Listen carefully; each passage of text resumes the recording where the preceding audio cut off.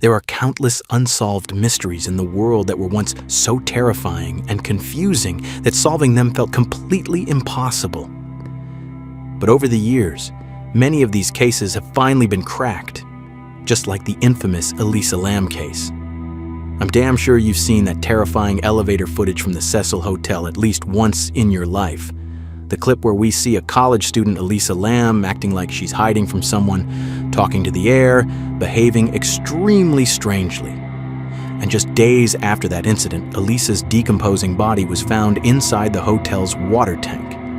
How she got there and what exactly happened remained a mystery for years, until now.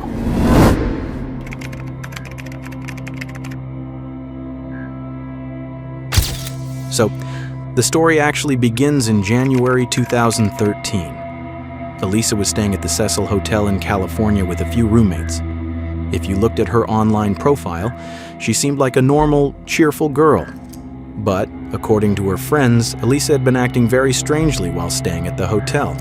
Her behavior became so odd that she eventually left her shared room and moved into a separate room alone. Now, what do I mean by odd behavior? Eliza would sometimes leave strange notes for her roommates that said things like, "Go home" and "Go away." She would sometimes lock herself inside the room and ask her roommates for a password just to open the door.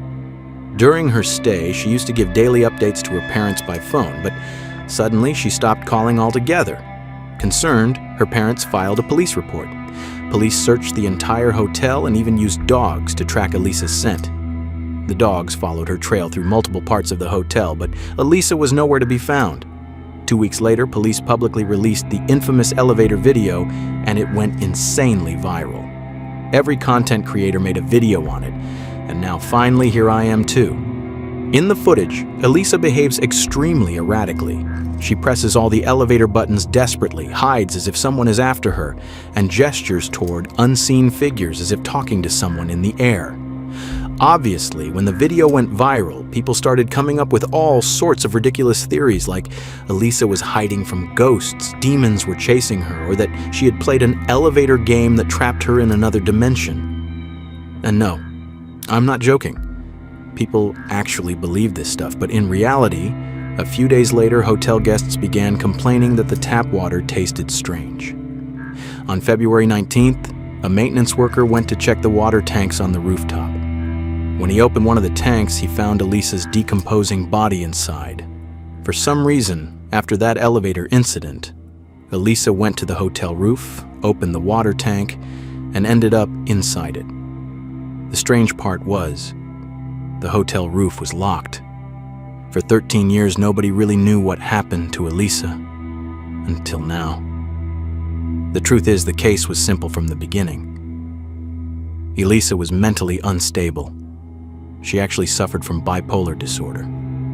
Even during her stay at the Cecil Hotel, she was on medication, and according to news reports, she had behaved similarly before, during a previous hospital admission. It was also proven that Eliza likely climbed up the fire escape ladder to reach the roof because the dogs had followed her scent all the way up there. So, the case is actually solved now.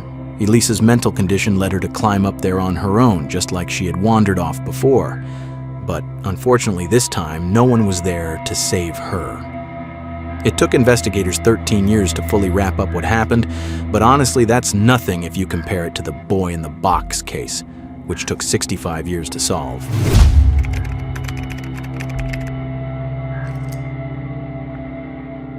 This next case is from a time when I, and probably most of you, weren't even born. On February 25, 1957, in Philadelphia, Pennsylvania, a strange cardboard box was found beside a road. Inside the box was the body of a young boy. Around 4 to 6 years old, the box had multiple serial numbers printed on it. Inside, police found only a blanket and some clothing. No one had any idea who the boy was. When the boy was buried, his gravestone simply read, "America's Unknown Child." A road sign was also placed near the discovery site to commemorate him.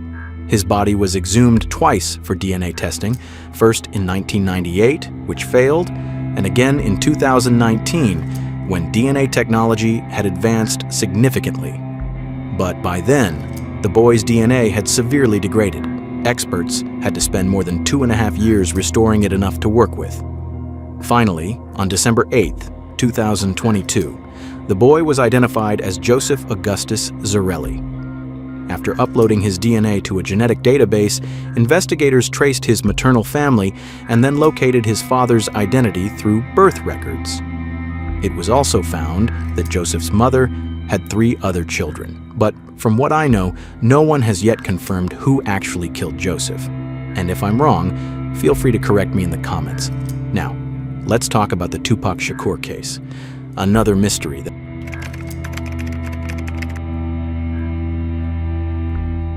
The incident happened on September 7, 1996. Famous American rapper Tupac Shakur was shot inside his car. The driver only had minor injuries, but Tupac was hit 4 times. 6 days later, he died from his injuries. The prime suspect at the time was a gang member named Orlando Anderson, but Anderson claimed he had nothing to do with it. In 1998, Anderson himself was killed in an unrelated gang shooting. 6 months after Tupac's death, another American rapper, Biggie Smalls, was also killed in a drive-by shooting. Biggie's case also remained unsolved, so his mother, Valletta Wallace, filed a $400 million lawsuit against the LAPD, claiming corrupt officers intentionally had her son killed. The lawsuit was huge, big enough that the entire police department could have gone bankrupt. So after 4 years of fighting in court, the LAPD decided the best way to defend themselves was by actually solving who killed Biggie. They brought in an LAPD detective named Greg Kading, the same man who would eventually solve Tupac's case as well. I won't stretch this case too long, so let me explain what happened in simple words. After years of dead ends, investigators were left with one main lead, Dwayne Keefe D. Davis. He claimed he was sitting in the front seat of the car used in Tupac's shooting. Davis was a high-ranking gang member, and his name appeared in almost every related case file. He was also the same guy who had invited Biggie backstage right before Biggie was killed.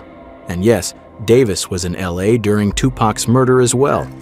Davis lived a luxurious life in Southern California because he was heavily involved in drug trafficking with a Colombian cartel. This made him extremely difficult to interrogate directly. So Greg Kading and his team created a plan. They built a strong drug case against Davis to pressure him. With enough evidence, they confronted him and warned him how much trouble he was in. They told him that if he gave them the details about Tupac and Biggie, they could make his problems go away. Davis called his lawyer and a deal was made. Whatever Davis revealed could not be used against him, and he would walk away from the drug charges. After that, Davis gave a long and chaotic explanation, naming multiple people, but I'll simplify it. Back in 1991, Davis met an East Coast drug dealer named Zip Martin, who later introduced him to Diddy. Yes, that Diddy, remember that name. When things heated up between Bad Boy Records and Death Row Records, Diddy allegedly offered Davis and his gang members a $1 million bounty to kill Tupac and Suge Knight. But Davis already had his own motive. Earlier that night in Vegas, Tupac and Suge had publicly beaten Davis's nephew, Orlando Anderson. Since it was difficult to carry guns in Los Angeles, their friend Zip Martin supplied them with weapons. Davis, Anderson, and 2 other gang members got into a white Cadillac. When they spotted Tupac and Suge in their BMW, Anderson fired multiple shots. Tupac was hit 4 times. 6 days later, he died. Using Davis's confession, police eventually arrested him because the immunity agreement didn't protect him from later prosecution. Davis also confessed that after the shooting, Diddy called him to ask if it was done because of the bounty he had placed. Davis told him no, but still demanded the money, which Diddy refused to pay. To this day, Diddy denies having any involvement in Tupac's death. But honestly, we all know how this looks. So these were some unsolved mysteries that were finally solved. I hope you enjoyed. I'll see you in the next one.